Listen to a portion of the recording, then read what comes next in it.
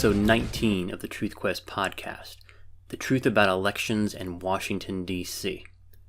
If you are having a discussion about prayer, the Supreme Court, healthcare reform, gun control, or the elections, please share the specific show with your debate partner, or just share the show in general with your friends. If you are so inclined, please give the podcast a 5-star rating in iTunes, and also please consider supporting the show financially. All donations will be used to expand the reach of the show via Facebook or Twitter advertising. See the show notes page at truthquest.podbean.com for the link to the support page and to the show notes for today's episode. And finally, please join the conversation on Facebook at facebook.com/truthquestpodcast. The easiest way to stay in touch is to subscribe to the podcast on iTunes Play Music, and it's also available on Stitcher, Spotify, and podbean.com. Given this week's midterm federal elections, where the Democrats took back control of the House of Representatives and the Republicans bolstered their numbers in the Senate, I wanted to record a quick episode to address the election fatigue that many of you may be suffering from, regardless of your political persuasion. I remembered a blog post I wrote back in 2016 where I essentially chastised myself for spending so much time and energy focusing on what happens in Washington, D.C. After all, if we lived by the Constitution as written and ratified, the federal government's power over our lives would be severely limited, and quite frankly, we wouldn't really care what went on in that faraway city unless there was a war going on. As long as the mail was delivered, international trade was unencumbered, the coined money was not losing value, we wouldn't care less. Unfortunately, the federal government's size and scope are so far out of whack with the Founding Fathers' written requirements that we do end up spending an exorbitant amount of time paying attention to what the President, Congress, and the Supreme Court are up to. Here's what I wrote 2 years ago with a few minor additions. Here's the simple truth. You will never solve America's problems by plugging new people into the system in Washington, D.C. The system is the problem. The solution is at the state level. I have given up on the prospect that Washington, D.C. can be reformed. Since the founding of this nation, Washington has continued to grow at the direct expense of the people of the states. The Founding Fathers were afraid of this and developed a system of checks and balances to avoid it. Those checks and balances have failed, leaving us with few options. Because of this, I believe the best use of America's limited attention span towards politics and public policy is at the state level. Consider the evidence against the federal government. The executive and legislative branches are overreach, arrogant, waste-ridden, inefficient, unresponsive to their constituents, corrupt, controlled by special interest, obsessed with re-election, the architects of crony capitalism, irresponsible, unaccountable, out of control, and they break their own rules. With the unseating of incumbents virtually impossible as they enjoy a 90% plus re-election record, career politicians now play us, and along with them comes the thousands of lobbyists and interest groups fraught with millions and sometimes billions of dollars to throw around. The judiciary, rather than interpreting the Constitution, it consistently legislates from the bench and creates unconstitutional rights out of thin air using its own concocted precedents. Listen to episode 16 for more on that. Describing the federal government as dysfunctional is being generous. It is willfully negligent in its exercise of its duties.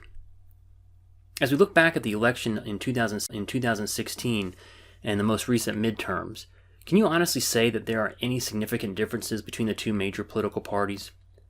The size and scope of the federal government grows regardless of which party controls Congress or the White House. The national debt grows regardless of who's in charge. The wars continue regardless of who's in charge. All the entitlement programs, Social Security, Medicare, Medicaid, march ever closer to insolvency, regardless who's in charge. No one is going to step up and even propose a fix to these problems. So what's the solution? The rightful remedy is for the states to unapologetically assume their proper role under the Constitution, that of a principal. The federal government is the subordinate agent to the states. See, without the states, the federal government does not exist. The states created the federal government, and presumably the states can annul and or ignore it. As Ron Paul once said, we will soon do secession. The federal government has gone too far, and the American people are slowly waking up and recognizing it. The hand of the states has been forced. They must continue to nullify and ignore federal laws and regulations.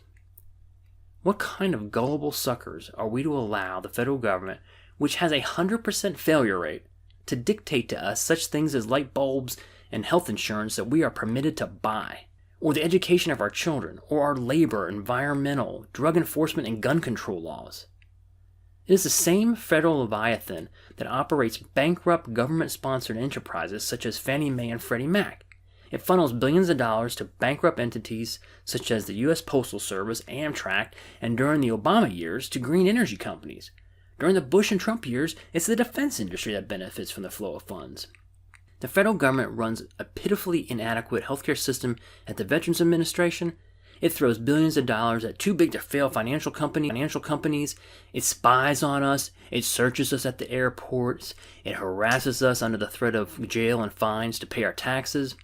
It wastes billions of dollars. It borrows trillions.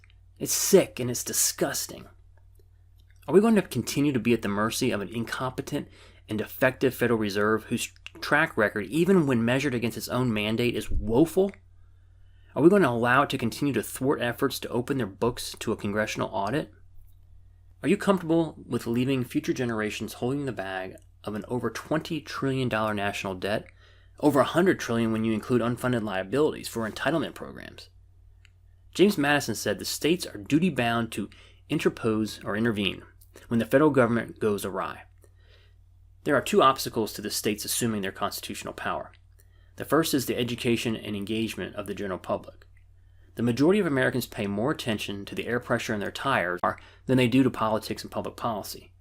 So we must awaken our fellow citizens from their apathy coma. Secondly, the states must wean themselves off of the federal funding teat. On average, states receive 30% of their revenue through various forms of federal funding. Once the states are financially self-sufficient, they will no longer be susceptible to the extortion or coercion or blackmail that the federal government relentlessly employs against them. One radical idea I've heard over the years is for states to collect both the federal and the state income taxes and withhold the distribution of the Fed's portion until things change. This country fought a revolution to rid itself of a tyrannical central power that did not represent the people. The states signed a contract, the Constitution, with the understanding that all power not specifically delegated in that contract to the federal government would reside with them. For over 200 years, the pendulum has swung in the wrong direction as the power of the federal government has grown and that of the states has diminished. My challenge to you is to pay close attention to your statewide elections, rather than waste your energy and attention on national elections. Support candidates in your state that understand the looming economic disaster. Support those who have read and understand the Constitution. Support those who understand states' rights and are willing to flip off lawmakers and bureaucrats in Washington through nullification legislation. Support those who will go to work reducing your state's dependency on federal funds by cutting the budget, eliminating wasteful spending, and looking for opportunities to grow the state's revenue base. A great resource to follow all current and past state legislative nullification efforts is the 10th Amendment Center. Check them out if you're interested.